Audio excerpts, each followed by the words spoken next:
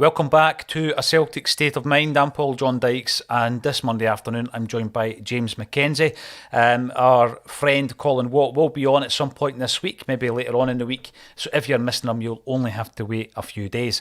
We're in the midst of World Cup frenzy, James. How have you been enjoying it? Obviously there is one final encounter today that I'll be keeping an eye on, and then there'll be one Celt left in the tournament after that one. It's Japan versus Croatia. How have you been enjoying the tournament? Well, it was absolutely brilliant at the start of the group stage when you had games from 10 a.m. all the way to 7 p.m, 4 games a day. When you're stuck inside like me, you thought it was absolutely brilliant. It was great viewing, and the amount of upsets as well. I saw a lot of people slating off the World Cup at the start just based on a footballing aspect. But I thought it was absolutely brilliant. You've got Belgium going out in the groups, you've got Uruguay going out in the groups, Germany sadly going out in the groups. So many teams going out. And England are still doing quite well. But despite the World Cup, you'd think it would be quite quiet on a Celtic news front. But when Ange Postecoglou's the manager, there's always something getting done. We had 3 players in before January even started last year, and we've got 2 in already. We might even add a third, who knows? But there's always something to talk about in Ange Postecoglou's manager.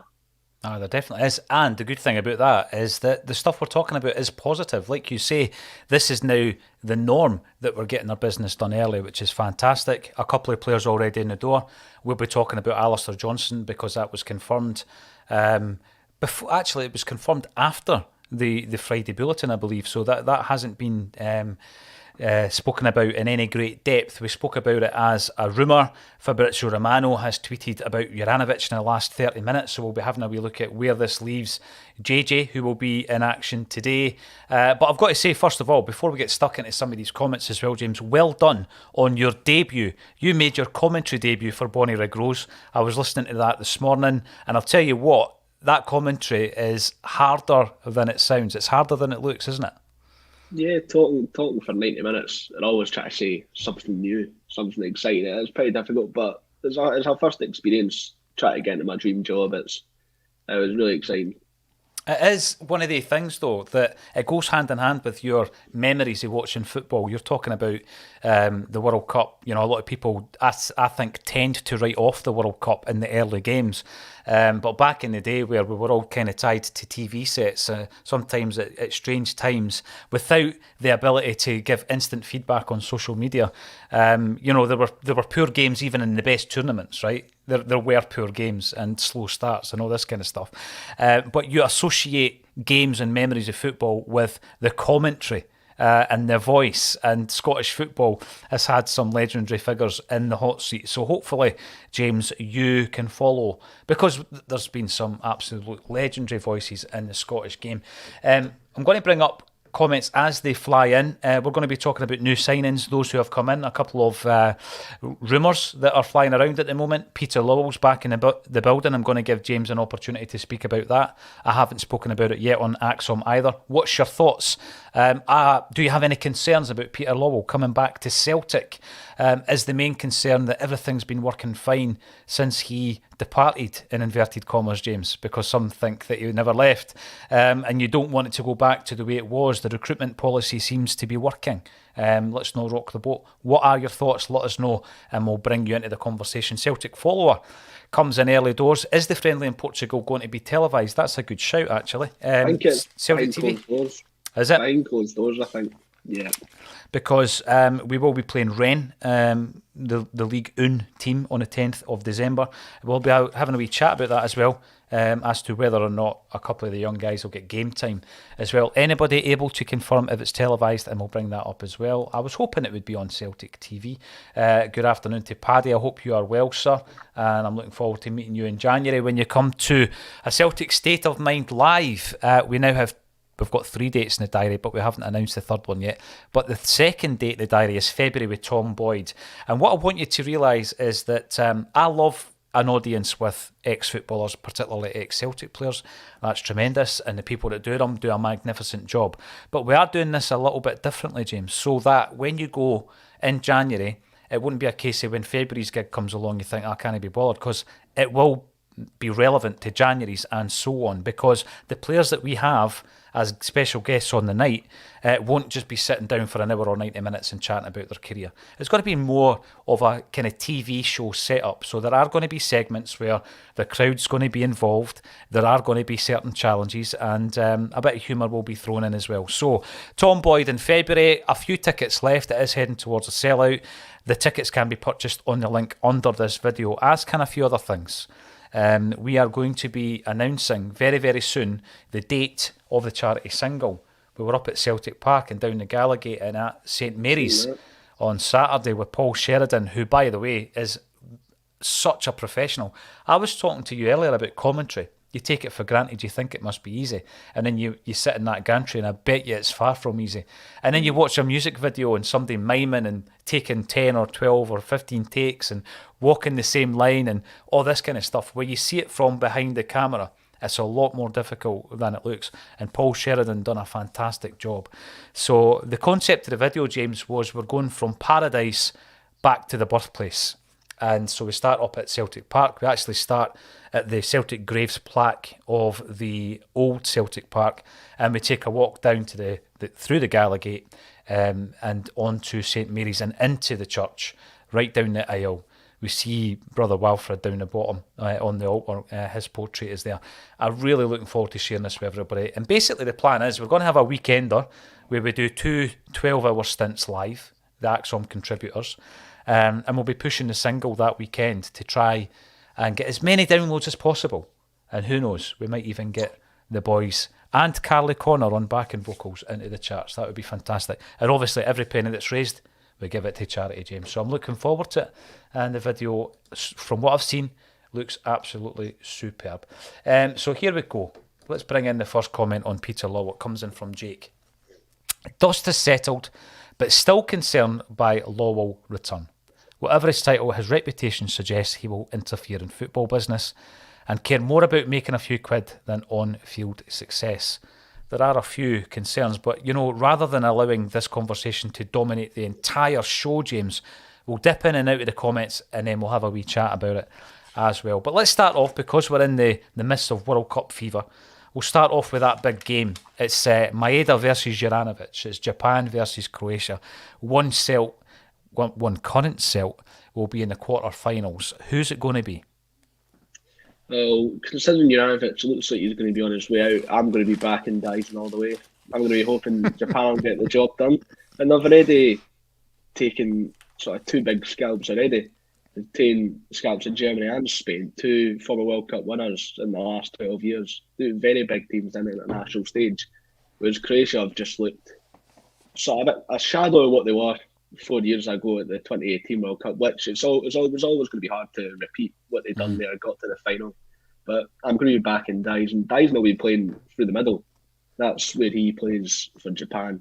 So I'm not sure if we'll see him going head to head with Juranovic very much, but it'll be quite interesting to see, because it'll show us a lot of Celtic fans give Maeda a hard time. So if Maeda's there skinning Juranovic around the park, then that will really open up some Celtic fans' eyes, I think. He has had a bit of a hard time, hasn't he? Not so much last season, but I think this season there was that period. And by the way, I don't think his form was great, James. I mean, it's not as though he was getting a hard time for the sake of it. Was wanted. Yep. And then the announcement happened for the Japanese squad, and as Celtic fans watching the form of the 3 players who were in the running for the squad, I'm looking at Hatate and Kyogo ahead of Maeda. Don't know if you agree with that. And then Maeda gets the call, and then you start asking the questions: how is he regarded back in his homeland or by the Japanese international manager? And Kyogo's spoken about it. I've not heard much coming back from Hatate, but Kyogo has spoken about his disappointment there. So we're all in full support of Maeda. It might also give him a boost for the second half of the season. I think he was coming back into good form at Celtic before he went over there. And it will be interesting to see how Juranovic performs also, because like I was saying, in the last 30 minutes or so, your man Fabrizio Romano has tweeted, Josip Juranovic on the radar for many clubs after a strong World Cup for Croatia at right back. Celtic are open to discuss offers, as have already secured a replacement in Alistair Johnston in case Juranovic leaves in the next transfer windows. So Fabrizio Romano he doesn't always get it right. I mean, he was tweeting something similar, not about the World Cup, but about Juranovic at the beginning of the campaign. And we came on to AXOM and we were really confident that we're going to keep him, which we have done. But the goalposts have moved a bit. We're out of the Champions League. We've brought in a replacement. Everything is pointing towards Juranovic leaving Celtic Park. Now, I think we've spoken long and hard about it, James. Timing-wise, it's probably the best time possible. We've got a brand new replacement come in and Tony Ralston at the club. And Juranovic is at an age where, again, if you want to cash in, maybe now's the time to do that. Yeah, we've seen Johnston. He fits the age profile that we usually look for in the January window perfectly. At 24 years old, you look at the last window, we signed Maida and Hatate, both around the same sort of age. And it's brilliant that we're buying the replacement before the player's even out the door. I think this is just an Ange thing, because we didn't see it that many times before Ange. The last time I can remember was when we signed Edward, and he was playing third choice for a bit behind Griffiths and Dembele. Then Dembele goes out the door, Edward's the ready-made replacement just right there. I think that was more Chansley, that just sort of fell in our laps. But the fact that we're acting so quickly before the moves even happened, it gives a lot of encouragement. It does, and it's like what we were talking about before.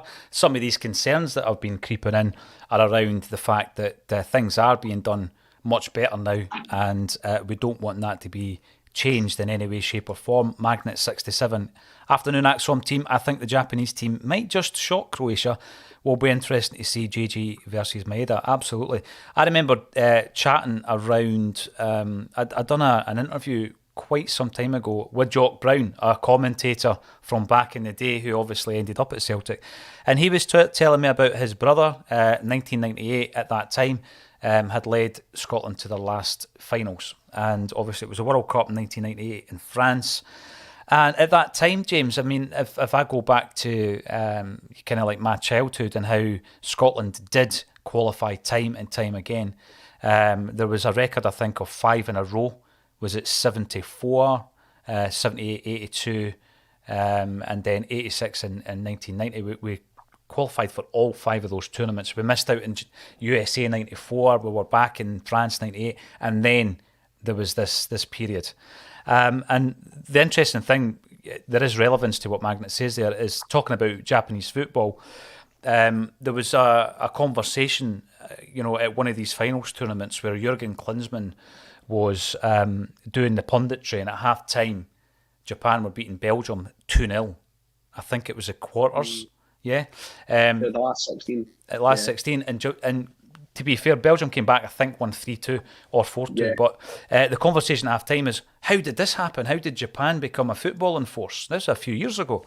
And then they went into this discussion talking about their equivalent of the Department of Sport, or the head of sport, basically looking around Japan and saying that there was a lot of space that wasn't being used, and it was things like tennis courts, James, and badminton court, and they were outdoors, and they decided, no, we're actually going to be focusing on building our football culture within the country, and they adapted them all and changed them all into all-weather, all-year-round football parks, and lo and behold, they started producing footballers.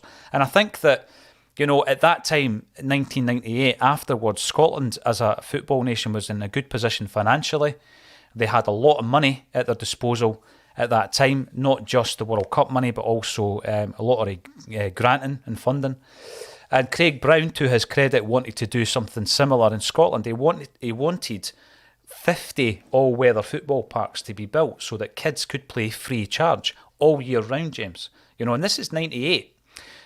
So, a generation on, you might have started seeing some of the benefits, but instead the SFA decided to pump all that money into Hampden Park.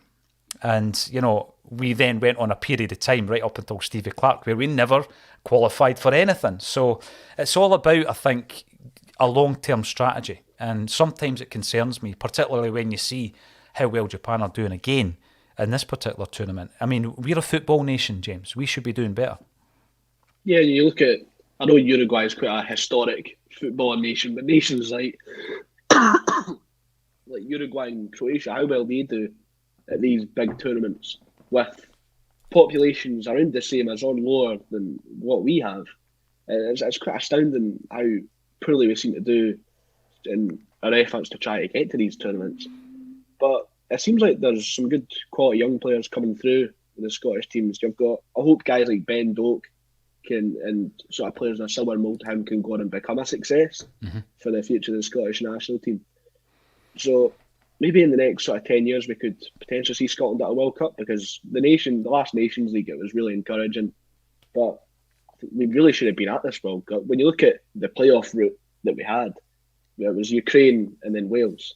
We beat Ukraine 3-0 in the Nations League just a matter of months later, and Wales were absolutely terrible at the World Cup. They got embarrassed. I'm pretty confident Scotland would have beat Ukraine, but they would have beat Wales as well. But it's just sort of things happen on the day, and things didn't go our way then. And there is a lot of young talent. You're spot on. I mean, Ben Doak, to name but one, that's another conversation about why all these guys are leaving Celtic. We're taking a couple of the youth, not youth players, but the B team players to Portugal, and we hope to see some game time for Vata, albeit I know he doesn't represent Scotland. But I'm talking about Scottish football as a nation has to be stronger, both internationally and on a European stage as well. So we're both looking at Japan versus Croatia with interest. Already James has stuck his colours to the mast by saying that if JG's leaving already early doors, we're supporting Maeda in Japan. I'd love to see it. I would love to see Japan progress, and I think they've been one of the high points of the tournament for me. Alan Robertson, good afternoon to you, sir, and Ryan Kelly, afternoon. Welcome to the show. If you are watching like Keith Oakden from Plymouth or anywhere else on the globe and you haven't already subscribed, get subscribing. We celebrated our 20,000th subscribers milestone last week. So what we'll be doing this week is we'll be drawing out the hat one lucky winner who'll win 2 tickets to the Wim Jansen Tribute Night in May next year. So stay tuned, because that'll be happening this week. And we also have Patrick Harold coming in for a chat. Magnet 67, 12 more days until we see our Celtic again. Can't wait. Yeah, absolutely. That's the worst thing about these tournaments, isn't it? Is the fact that Celtic won't be playing. But hopefully the game will be televised. Now, before we move on to other matters, still on the World Cup subject, James, Aaron Moy. I mean, how impressed have you been with his performances? And let's have a wee think back to the reaction of some when he signed for Celtic. Pretty underwhelming, a lot of people thought. But he has proven, both at Celtic and during this World Cup tournament, that he is a bit of an operator. I think he's been a very, very good addition to Ange's squad. Yeah, I can't really comment on the reaction when he joined. I was in the underwhelmed boat, and he's well and truly proved me wrong. I think it was maybe the first sort of 25 half an hour against France. He was looking like an absolute Rolls Royce for a player in that midfield. But his best performance in the tournament was the game against Tunisia. He was absolutely phenomenal in that game, and he's looked like he's been able to compete with a level. And even against Argentina, I thought he was one of Australia's better players, if not the best player in the team. And the fact that he hasn't looked out of depth at all, I don't think he's looked out of depth when we've played in the Champions League either. It seems to really help us when he came on off the bench. I think it was the Shakhtar game at home. I thought Aaron Moy was really good when he came on off the bench. And he doesn't look out of depth at all, and it's absolutely perfect for Celtic for the second half of the season. We've got Aaron Moy, because he's been playing over this wee break as well. His fitness isn't going to be an issue. He looks proper back to full fitness now. It's only going to benefit us for the sort of coming games. For sure. There's a few players, I think, on the periphery of the squad, James, who, if they're still with us come the end of January, you've got to ask what their contribution's going to be. And I think that one of the guys is quite an obvious one in Ideguchi. People have spoken about James McCarthy. He'd never really got going since he came to Celtic, and unfortunately he got injured at the worst possible time. And the other one I would maybe throw in, I'm not going to say Haksabanovic, because I think he's already made an impact and that's going to get better as the second half progresses, is Albiolgar, who we've not really seen a great deal of, but he's come to Celtic, and he's of some calibre, and I think that he's a player that may well do well for us the second half of the season. Then you throw in guys like Moy, maybe even Maeda, who, with the World Cup games under their belt, they come back with a spring in their step, and that's transferred from international to club football as well. Who do you think we're going to be keeping an eye on that might improve and be a big player for us in the second half of the season, James? Now, I was happy you mentioned Dabelgard there, because I've been really surprised at his lack of game time. He hasn't, I don't think he's started a game for us yet. It's all been sort of 10, even 5-minute cameos. He doesn't get time to impact the game. It's always sort of last 5 minutes if we need to hold out a result. And he's not really stood out either when he's came on off the bench. But again, when you've only got 5 minutes, there's not really much to show. I thought when we signed him, he was going to have a real part to play. So I've been a bit shocked by that. But maybe we'll sorry, the cold's absolutely killing me here. Maybe we'll see a bit more of him the second half of the season. I'm really looking at that Morton game and the Scottish Cup as a game where we could give a lot of these rotation players a real chance in the team, and maybe even some of the B team players as well. If we really want to give the B team players a chance, then putting Vata and Lawal into that game is a real opportunity to show that there is a pathway from the B team to the first team. I think you've made a really good point, and it will lead us on to the Morton game actually, because I'm going to throw it out there in relation to how do we deal with a game like this, right? Because we bang on quite a bit on Axom actually about youth development, getting players in. Every time somebody leaves, like Ben Doak, we're always talking about what's gone wrong. How come there wasn't a pathway for a player like him at Celtic when he's made his debut for Liverpool, at 16. But then we come up to a Scottish Cup game against lower league opposition, albeit they're doing well in the Championship this season, Morton. And you think, right, okay, are we going for a treble, or are we going to try and introduce some new players? Because if you introduce some new players, James, you might, the result might not go your way, but you're getting confidence, you're getting, game time into these players' legs. So I do want to talk about that. A couple of wee points coming through before I do it, though. Magnet has been busy this morning, had a Celtic t-shirt on in the hotel bar watching the Ghana versus Uruguay game the other night, and a Canadian chap waxed lyrical about Ali J. We'll be talking about Ali J at some point today as well. Magda, I'm looking forward to him. From what I've seen, a very astute signing by Ange Postecoglou. And welcome also to the show to Borry Connolly. Well, Paul, never say never. Last night on Twitter turns out to be me viewing. Well, thanks for joining, and hopefully you can also subscribe to the channel. We'll be talking about Peter Lawwell and his return to Celtic, because it's a discussion point. We talk about everything on this show, from new strips to new signings to new chairman. So we will be talking about Peter Lawwell as the show progresses, and it will be great to hear your thoughts on that. Is it a good appointment? Have you any concerns? Are those that have concerns needing to turn it up a bit and be a wee bit more positive? Let me know your thoughts. And we've even got Kevin Graham coming in. Kevin Graham will obviously be appearing later on in the week. Right, let's talk about the Morton game then, right? So we've got a game against Morton. It's in the Scottish Cup, and it's a tournament that we have a rich history with. I always love to be in the showpiece final at the end of the season. I always look upon the Scottish Cup, James, as a wee bit more of a must-win than the League Cup. Maybe it's because it's an older tournament. I'm not too sure. There used to be more of an allure with cup tournaments if you could, get into Europe through them, etc. as well. But the Scottish Cup against Morton in January, we come up against a team who are pushing for promotion from the Championship. They've recently been linked with former Celt Lee Griffiths, and they have in their ranks Effie Ambrose, who is only 34 years of age. I would never have thought he was 10 years younger than me. Anyway, the game itself I'm looking forward to, but the question is, how do we approach it? So I had a wee look back, and I listed this team when I was talking to Deck last week. This is when we played them back in 2013, almost 10 years ago. Zaluska, Ambrose, Van Dijk, Mulgrew, Lustig, Beaton, Brown, Borigta, McGeoch, Rogic, and Pukki. That was the team.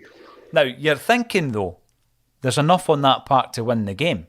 We all know we didn't win the game. 1-0 after extra time, Dougie Imrie. This time round, you've already suggested, right, you've got to try and find opportunities to give game time to younger players. And I agree with you. I totally agree with you. And one of my biggest criticisms during the 9 in a row if you're looking for a criticism, is that there was loads of games at home where we're winning at a canter, and you're thinking, where's the minutes going to the youth players? There wasn't enough of that for me. I know some players came through, but not enough of it. Is it too much of a risk in a cup game, albeit at home? We know what's happened before. That time we played back September 2013, they beat us 1-0. Or is this the ideal opportunity to give someone like Rocco Vata his competitive debut for Celtic? What's your thoughts in the comments? And James McKenzie, what's your thoughts? Is it the ideal time?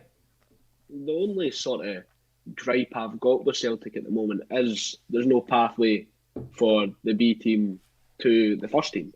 And there hasn't been for about 10 years. They always bang on about it. And the interviews here, Stephen McManus and Dan O'Day, it's all about the pathway, it's all about the pathway, it's all about the pathway. Well, there's no pathway at the moment because we haven't seen any B team players all season, apart from meaningless friendlies.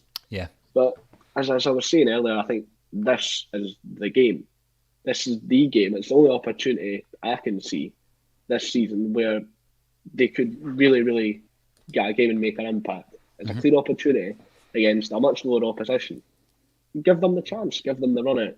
And maybe even guys like Idiguchi, some of the sort of outsiders, the guys in the fringes that don't really get as much of an opportunity in the first team.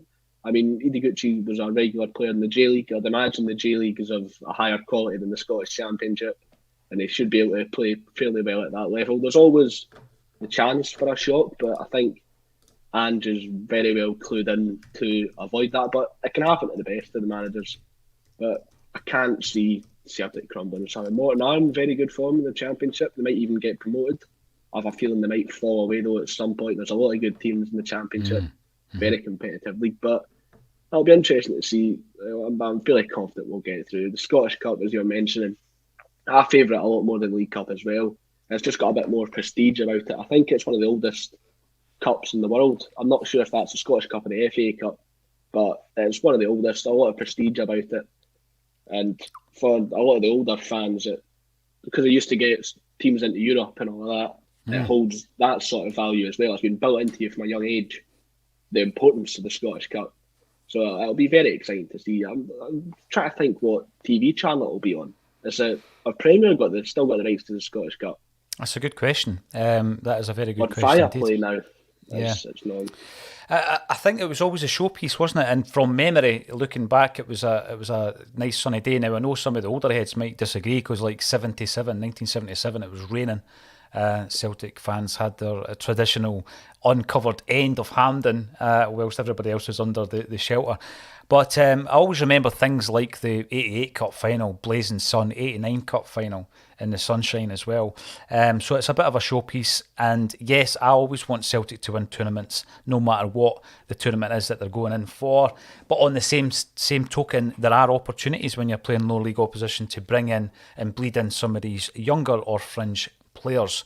Let us know your thoughts. I would certainly like to see them in the friendly game against Rennes. I would like to see them making an appearance there, and I think that kind of confidence that they can get from being in and around the first team, because you've got a very good knowledge, James, of that tier of football that Celtic be playing. It's fifth tier. Your team that you commentate for are in the same league, and then you're looking at that Championship. Oh, you got promoted. Sorry, mate. Yeah, you got promoted. Sorry, I take that back. No disrespect intended. You got promoted. It was a great season last year, actually. Scottish Championship, you look at that table, the top four teams at the moment. By the way, some of the teams under that, like Partick Thistle, Inverness, Carly, the top four teams, any one of them can get promoted this year as it stands. The form of all those four teams has been really, really impressive. And then the form from the Jags right down to Hamilton's been pretty patchy and pretty poor. But you've got Ayr United, Dundee, Queen's Park and Morton. Morton's in and about that. They're in the mix there. So they are pushing, obviously. And I think one of the things they were planning to do was to bring in a goal scorer in Lee Griffiths to try and get them over that final hurdle. I'm pretty sure that that's up in the air after the revelations last week. But they're a decent side. And then, you're looking at Effie Ambrose, a player who was something of a cult icon at Celtic. You could get a 9 one week and a 4 the next. But it would be just like him to have an absolute standout performance against Celtic as well. So yeah, it will be interesting. And I think as well, you've always got that luxury almost of having other guys on the bench that you can, bring on to try and save the day if that is necessary as well. But we need to give these guys a chance. We really do. And again, in the cup games this season, we've not played Joe Hart. And it's given Siegrist a chance. And you would be disappointed if you're Siegrist and you go into the next game against Kilmarnock and you're dropped. So, I think it is a good opportunity for Ange to bleed some of these guys in. And by the way, again, another wee Bonnie Rose shout out. Ryan Kelly, congrats on your commentary debut, James. Even if you're half an iconic commentary voice, i.e. like Derek Ray, then I'm sure you'll do well. Absolutely. I don't know how you practice for commentary. I do remember seeing, I'm not sure who it was, and it was the notes that they would take into every game, James, and it was like every single player on the park, loads of facts and figures and all that kind of stuff, beautifully written out in preparation. And I remember having an opportunity one time to work behind the scenes at BT Sport for a game against Hamilton. It was Edouard's debut. And I seen Chris Sutton. I remember that. Aye, and Chris Sutton's preparation was unbelievable. I mean, he had a box file of notes, papers, everything to prepare himself for the evening's game. I know that's, a lot of the things he comes away with could seem off the cuff and all that, but in terms of the research and the time that he must have spent just for one game, the ultimate professional, and I'm sure you'll be doing the same as well. Susan Finlay. Can I just mention, I saw online, the commentator Clive Tildesley? Yeah. He, for a brief while, he was selling his commentary notes for iconic games. It might have been that. He was the commentator on the TV for the Celtic Manchester United game. Right. The Nakamura free kick and the Boric penalty save. And just imagine that as a novelty gift, having all the commentary notes for that iconic game. It's absolutely spectacular. It is. I think that's the ones I've seen, James, because they're so, neatly written. Every single player is gone into depth about their background, how they're playing that season, their strengths, their weaknesses. I know, it's brilliant. That level of preparation, I love to see it. Susan, welcome back to the show. Susan Finlay, you're watching on YouTube. Really looking forward to hearing the single and the charity weekender. For anyone who's tuning in and who's unaware, we spoke a couple of years ago now, actually. It was maybe just before lockdown. When we were still doing the audio podcast, and we spoke to a musician called Gary John Kane, whose brothers were in Hue and Cry, but Gary John is the bass player in the Proclaimers. He also played with the McCluskey brothers and Marianne Faithfull, and he told us during, just as an aside, during the interview, that he had written this song back in the 80s, and that Celtic were planning to release it for the centenary season. Celtic, in their wisdom, decided instead to release the Celtic rap, that if anybody listening in has heard, is an abomination on vinyl. But I think what they were trying to do, James, is it was in vogue to be a rapper and all that. You had the Anfield rap, which had got into the charts. Celtic obviously tried to ride on the coattails of that. So they ditched the idea. So Gary John and JJ Gilmer from the Silencers had written this song called The Glory and the Dream. And Gary sent me the demo, which I absolutely love. I still love it. It's very different to the final cut. And it put me in mind of Christy Moore. It was very folky. It was brilliant. And so we asked for permission from the two songwriters if we could re-record it, bring it up to date, and then release it for charity, because we always have that charity drive at Christmas time. They both agreed, which was fantastic. It's been re-recorded by The Wakes with Carly Connor on backing vocals, and the video is currently being edited. So we'll be putting all the dates out, Susan, very soon, but it will be within the next couple of weeks. We'll be doing a charity weekender to really push that as well, as many downloads as possible, and apparently between 8 and 10,000 will get you in the top 40, so who knows. I don't know what happens if you get a chart single these days. James, back in the day, used to be on top of the pops, but that no longer exists. So we'll see what happens there. So yeah, that is going to be announced very, very soon. There's a lot of chat around departures and signings. We're going to get on to Alistair Johnston next. We know a bit about him because obviously we were aware of the interest, James, so we've all been watching with interest during the World Cup. How impressed have you been with the new recruit?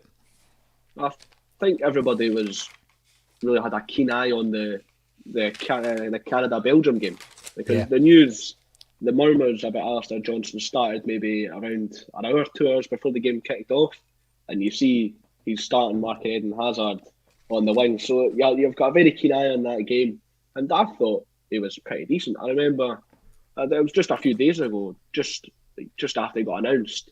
I think it was the Sun posted the worst team of the group stage, and coincidentally, Alistair Johnston was at right back.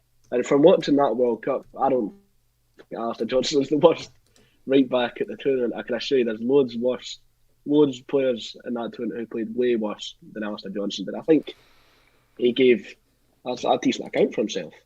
Mm-hmm. I didn't look at the tournament and get worried that it might be a bad signing. I think the fact that he's playing at that level is a very good sign. And Definitely. he's of a good age as well. He seems to be of a similar mould to Juranovic as well. I'm just thinking if he will start as soon as he comes into the team. Because I think the MLS season just finished about maybe a month or two ago. So he's just played a full season. So it'll be a similar sort of situation to the Japanese boys when they came in January. There might be some signs of fatigue there. Who knows, even with the World Cup he's just played. So I could see him maybe playing second fiddle to Ralston for the first few months. And Anthony Ralston deserves that because I think he's been the better of our two right backs this first half of the season. I think Greg Taylor's been the best fullback overall, but Anthony Ralston has performed better than Juranovic this season. And just on Juranovic, I think he's sort of tailed off a bit this season. It's not me being bitter because it looks like he's out the door either. I think that's what a lot of people are perceiving it as. But you'd be lying if you said you didn't look at the Champions League games and stuff and you were a bit disappointed by Juranovic's performances. Well, I think you raise a lot of really good points there, James. First and foremost, Tony Ralston. Yeah, he has been. He's been excellent this season. I can't think. I mean, the St Mirren game, I give him a bye for that because I think everybody was poor that day. But I can't really think of a really bad performance other than that one that Ralston's turned out for Celtic this season. I think he's been unlucky at times not to get the nod over Juranovic because, Juranovic, again, since the beginning of the season, there has been speculation, and it's going to be difficult for players. I'm not going to say your head gets turned because I didn't think that kind of thing affected Chris Ayer in his final season at Celtic. I honestly don't. I think his performances under the circumstances were excellent in his final campaign at Celtic, even though he was one of the guys that was looking towards... one of the only players that season who could sort of hold their head up. I think him and maybe a wee bit of controversial opinion, but I think Edouard, if you look at his goal numbers that season, I think he could hold his head high as well. When you look at the stats, it's an interesting one. It was one of his best seasons, but very, very loosely, not really the numbers that the analysts get right stuck into about the abilities and aerial duels, etc. But he's a 24-year-old right back that we're bringing in for a reported €3.5 million. Canadian international with loads of experience at that level, obviously World Cup experience as well.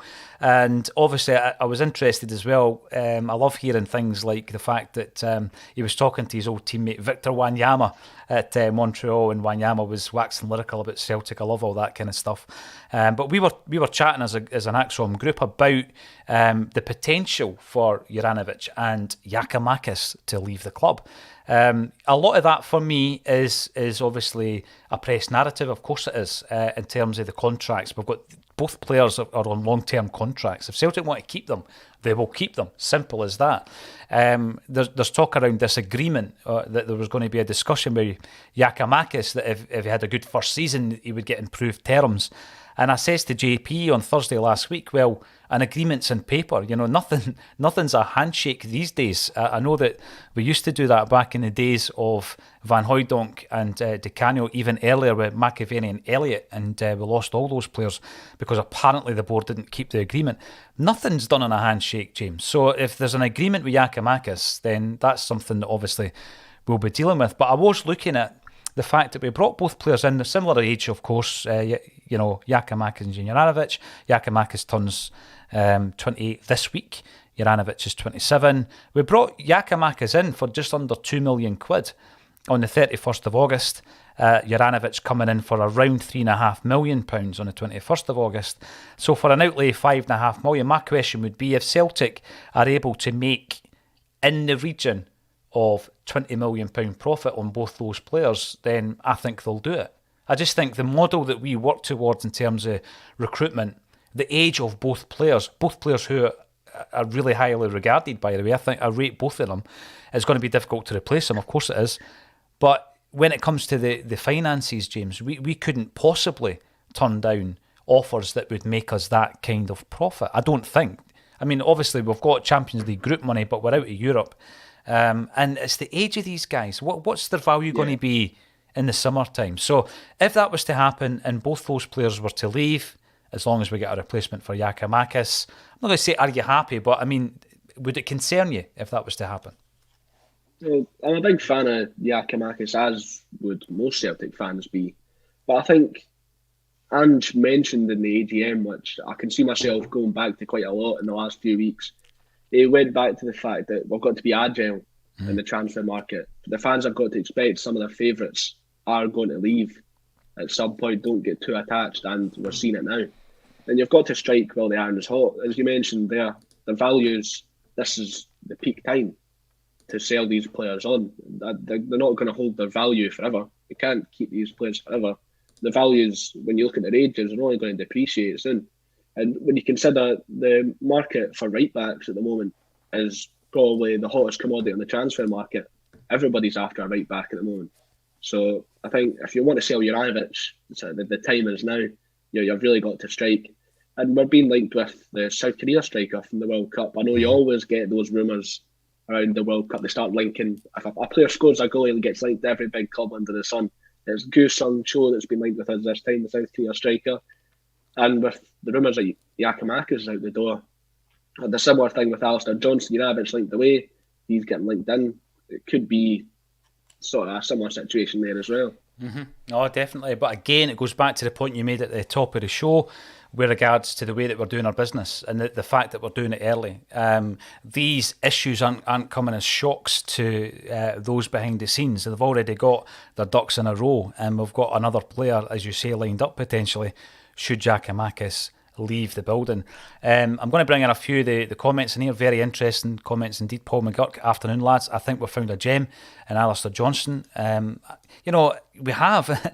And I think back to all the right backs we had between Mikael Lustig and then Tony Ralston breaking through again, second time round under Ange. And there was a whole host of them, wasn't there? I mean, from Ilhamid to Toljan, Maurice Bauer, John Joe Kenny. We had a lot of right backs. It was one of the worst players I've ever seen in that Celtic shirt. But he had that cool Inspector Gadget jacket that time on a night out. Remember? You see the video, Alistair Johnston, after the move got announced, you see the video he posted on his Instagram? He's in a bar. He's in a bar in Milan with a pint of Guinness in his hand. And he zooms in the top corner of this pub that he's in. There's a Celtic jersey there.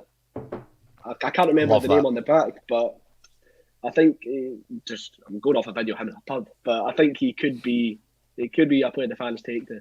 Oh, definitely. And by the way, the only reason I never saw it is because I'm not on Instagram yet, but I have been advised I need to get on Instagram, even at my ripe old age. But yes, I think that we may well have found a gem, but all of a sudden we've got 3 right backs in the building, James. We couldn't buy a right back for love nor money. I know Frimpong played right back. I thought he was better going forward. I want to talk a wee bit about him as well, because apparently he's on the move. Here we go. Apparently GG is happy in Glasgow. Well, that would be interesting. I'm going to bring this one up as well. Here's Ewan Boy Martin coming in with something really, really sensible. He's thinking along the business line of Celtic here. Better if Croatia go through, as it gives more exposure to Juranovic and you get a bigger fee. I like your thinking there, Ewan. I really do. And Michael McDonald, here we go. Commentary is easy, James. Have you heard McCoist? Just have 10 words, phrases ready and you're sorted. Brilliant, tremendous, unbelievable, big, good. And tell you what. I've got to say, he starts every sentence with, I've got to say, Clive, or whatever it is. The thing is, everybody's got these comfort phrases and comfort words. I'm pretty sure you could make a compilation of every one of us on Axom who have got them. And you know, I'm interested to talk about various other subjects before we get moving on from this World Cup. But I've taken a wee note here. You mentioned Eden Hazard. Last night I had one eye on... was it the last night or the night before? Olivier Giroud scoring a record strike for France, right? These two players were very, very close to signing for Celtic, which absolutely frightens. Yeah, he wrote about it in his autobiography, mate. Yeah, he wrote about it in his autobiography. And what happened was there was 3 clubs involved. Three British clubs were interested in buying him, right? And one of them was Middlesbrough. I can't remember the other English team, but the other club was Celtic, and we were really interested in buying him. And this is when he signed for Montpellier. Apparently, Tony Mowbray was the manager at the time, and he says in his autobiography that he favoured the move to Celtic. He wanted to come to the Celtic, and I don't know if it was because his parent club were going to get a better deal if he went to Montpellier, but the president of his club, or the chairman of his club, says to him, you can't go and play games against Kilmarnock and hope to be a top footballer and all this stuff. So he was actually talked out of the move, James. And that was in 2010. I love Giroud. He's an absolutely brilliant player.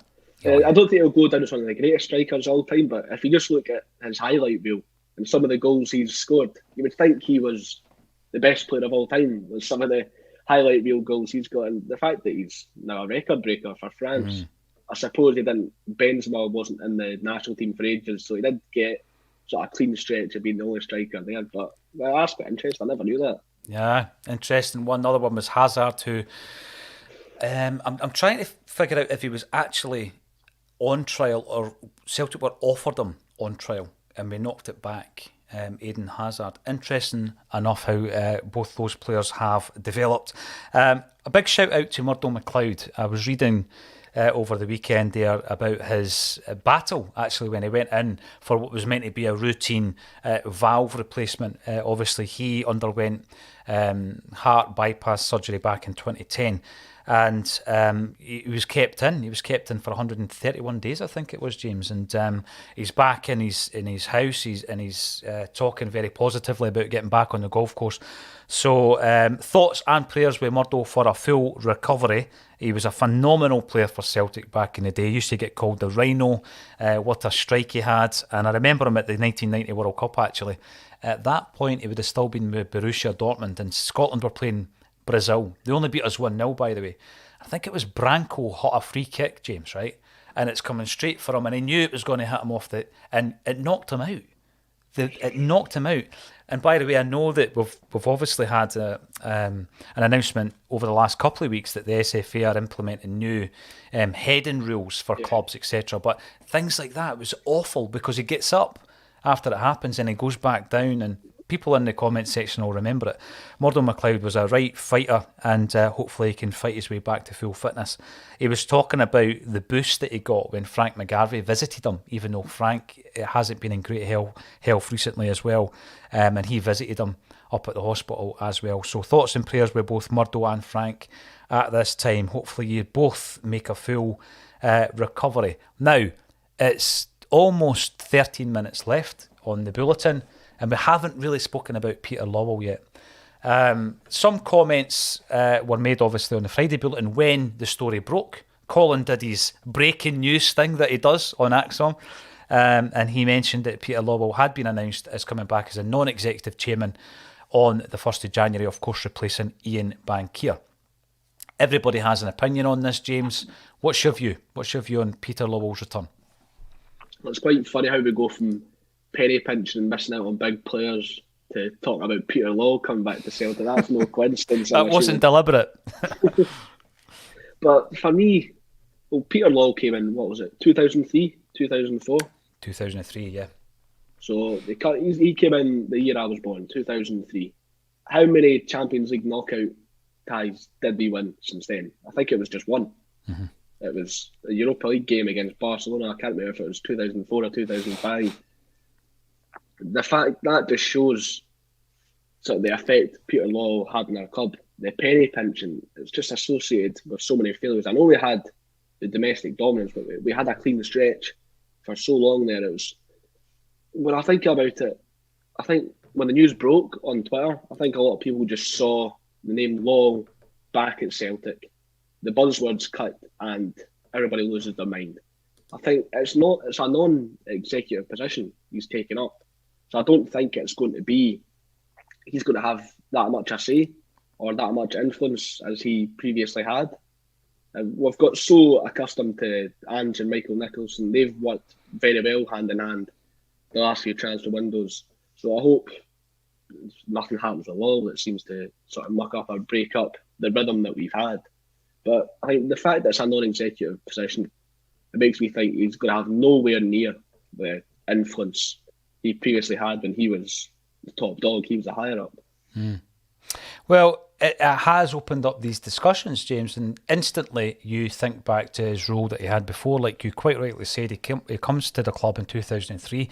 He had been at Celtic previously. We know that he worked under Terry Cassidy back in the dark old days of the 1990s, but he did return to the club in September 2003, where he remained until June 2021. And we have got to, if you're going to talk about Peter Law, we've got to talk about the success that Celtic had under him. I mean, you can't just deny that and say, well, we don't want him at the club because of all the negatives.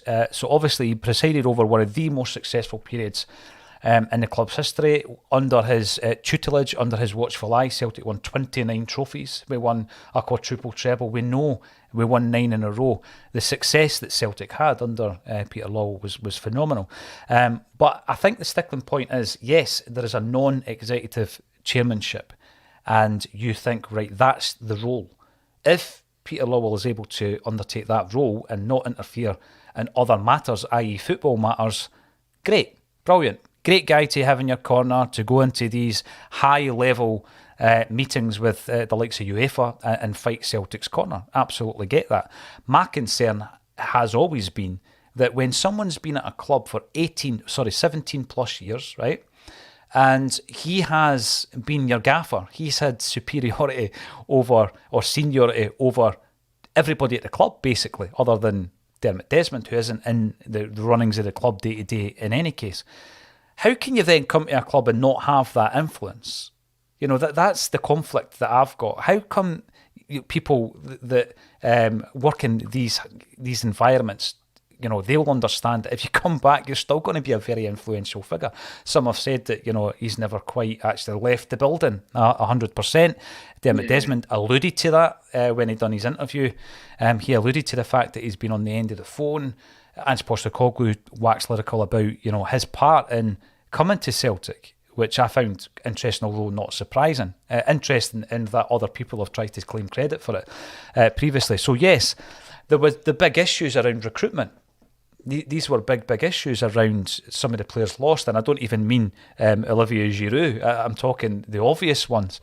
And the most recent one would have been when you're sitting looking at a screen, and on the left-hand side is the data for Albion Ajeti, and on the right-hand side is the data for Ivan Toney, and you decide to go for Ajeti.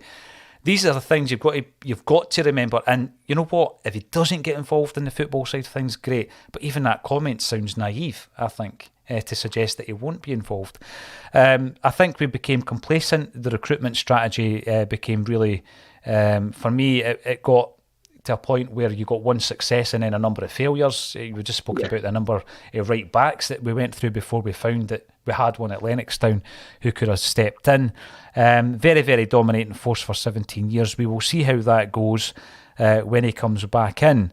But there is also the question of who else was considered for the role, you know, because when you're looking at the football club and the chairmanship of that, you've got to consider all candidates. Who else was considered, or was it just given to someone that they already knew? And that's another big concern. I think it was, and it was just like when Neil Lennon got the job after the Scottish Cup final win. No other candidates, they weren't considered. It was him and him only. The drawer full of names was chucked out, given it to Neil Lennon. And I think this similar situation has been done here with Peter Law. It's the jobs for friends sort of thing that I thought had gone when we brought in Ange Postecoglou, but it seems like it's still lingering around. And when you were talking about the transfer failings there, when you were running through the lineup that played Morton the last time that the two sides met, you run through that lineup, how many of those are failed signings? But the thing was, they were good enough for us to just get by, but they were failures. And I just hope that sort of thing doesn't return, because it's looking like there could be some real European progress under Ange Postecoglou. You look at, I thought we gave a good account for ourselves in the Champions League. It gave me encouragement that we can give a real good go at it in the Champions League next season. I hope Peter Law coming in doesn't have any sort of negative effects on that, and I hope we can just keep pushing on in Europe. Well, the one big thing that was always a real issue was the fact that we were unprepared, James. We were always unprepared. And I know the situation has changed because we're not, at the moment, playing that plethora of qualifiers to just get into the groups, right? But I always just felt that we were signing players last minute. We were signing players during that period of trying to get through the qualifiers. There was the situation where our two big signings who had cost over 10 million quid in Bolingoli and Julian are sitting on the bench and we're playing Callum McGregor at left back. We just always seemed unprepared. Like every Champions League campaign that came round, Beaton's at centre half. It was always the way. And I think we've kind of got into the groove now where you do your business in January. And yeah, it is going to benefit you till the end of the season. We saw it with Hatate and Maeda and O'Reilly last January. But actually, those January signings are for the Champions League campaign. That's so that you're going into the Champions League campaign and the guys are already bedded into the team. And we're got into that groove. We never got into that groove during the 9 in a row. In many ways, we were selling players. Frimpong, for example, was sold. And then we ended up replacing him with a loan deal. During the Ronnie Dyler times, yeah, he didn't have a great record in Europe, but look at some of the players he was presented with. And a lot of them were loan deals, and he's had to try and whip up a team from what he's been presented with. How many of the signings were his, for example? And, Ronnie Dyler done so well with the young players at Celtic. He really did. There was also an issue with some of the seniors, and we know that because Brendan Rodgers came to the club and almost ridded the club of every single one of them, the only survivor being Scott Brown. It's interesting you make that point because nowadays, it feels like we're actually getting the players we want. Yeah. Every player that comes into Celtic right now, it doesn't look like, he's available, we'll just take him. Mm-hmm. It doesn't feel like, we've been offered him. Every player looks like they've been picked for Celtic. There's no random loan deals that we don't need. It's all players that Ange wants. And it feels like we are getting our first choice players as well. Mm-hmm. We're signing Yusuf Malumbu because we can't get John McGinn. We're signing Moritz Bauer because we couldn't get Timothy Castagna. All these players that we missed out on were just settling for sort of the scraps because we couldn't get sort of the top dog. We are now getting the players we want. We are getting the first choice. And that shows how far we've come in just a matter of a year since Peter Law left the club. Yeah. So I hope that sort of penny pinching culture doesn't come back along with Peter Law's arrival. Well, the other example, remember, was the season that Brendan Rodgers finally left and the January business we'd done there. We were bringing in players, just stopgaps to the end of the season, guys like Oliver Burke, remember, and Neil Lennon comes in and he's left with 2 or 3 loan players that he's thinking, well, they're not going to be here next season, so I'm not playing them. So it was a really backwards kind of strategy in many, many ways. Although the main strategy that we always talk about is buy a player young, develop them, sell them for a profit. And we had successes with that, of course we did, but there was many, many others who were not successful in that regard. Interesting though that Frimpong apparently has got interest from Real Madrid. They're talking of a fee around £20 million. And again, something... I thought it'd be more as well because, I think we got 11 million quid for him. Yeah, we got 11 million. I think it could have rose to about 13. But the thing is, Frimpong has been carrying Leverkusen because Leverkusen's star player was out injured. He's been the main man and he's a right back. He's been carrying them forward. I think he's been linked a lot with Manchester United as well. They've been scouting him heavily. So I think Man United would maybe pay a bit more money, a bit of a premium price for Frimpong. I'm not sure how much of a sell-on fee we had in the deal for Jeremy Frimpong, but his ceiling is sky high and we could see that when he was at the club. He just needed a good coaching team to drill it into them. And he moved to Leverkusen and that exact thing happened. The main criticism was his end product and he's gone over there and he's become one of the most productive players in the league. And the best thing about him was his attack and run, getting the balls forward, progressive runs. That was what we looked at for Jeremy Frimpong and he's come on leaps and bounds and hopefully we can get a premium for giving him the opportunity to make his professional debut. He made his first game. Neil Lennon gave him the chance. We often criticise some of the Neil Lennon signings, but one thing I'll give him is some of his talent ID, some of the players that he picked out were absolutely phenomenal, and Jeremy Frimpong is just one of those. Yeah, I think we paid something like 300 grand for him, didn't we? To Man City. Yeah, it was just a developmental fee. Yeah. £11 million. That will be interesting, and obviously we might get a percentage of, I'm sure we'll get a percentage of the sale on as well. Paddy Lavery comes in. Kevin Graham's comfort words on Axom are buy my book. Yeah, if you do want to buy Kev's book for a Christmas present for someone, by the way, lovely stocking filler.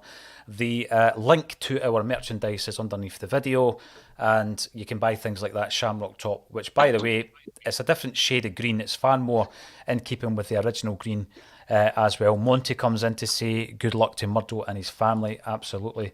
And Red Scotland reckons that Archie McPherson was the best commentator that the Scottish game ever had. So listen, they're big boots for you to fill, James, but you've made your debut, which is more than I've ever done in terms of commentary. We did do watch-alongs in the early days of the lockdown, but then we realised that even Celtic TV was behind some of the other probably, I don't know, sticks, etc., because people were texting us that Ferencvaros had scored and we hadn't even seen the goal on Celtic TV, so we decided not to do that much longer. We might return to it, you never know, we might return to it.